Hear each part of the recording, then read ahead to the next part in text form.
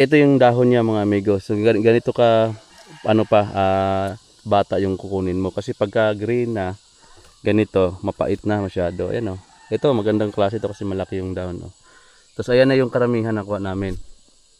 Oh, marami-rami na. Pwede na to pang isang gulay na gagataan mo tapos haluan mo na lang ng pritong isda. Solid na.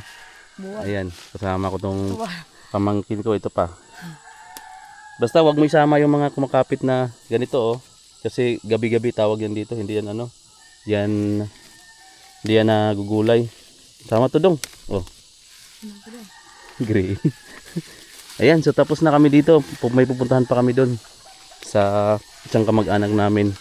Hinihingi lang namin yan dito yung gulay na ganyan kasi sawa na sila. Pwede naman ibenta sa palengke pero wala masyadong ibenta ng ganyan. Wag na dong, di na may papaya pa sila. Tinuwa ba? Tinuwa. Tinuwa.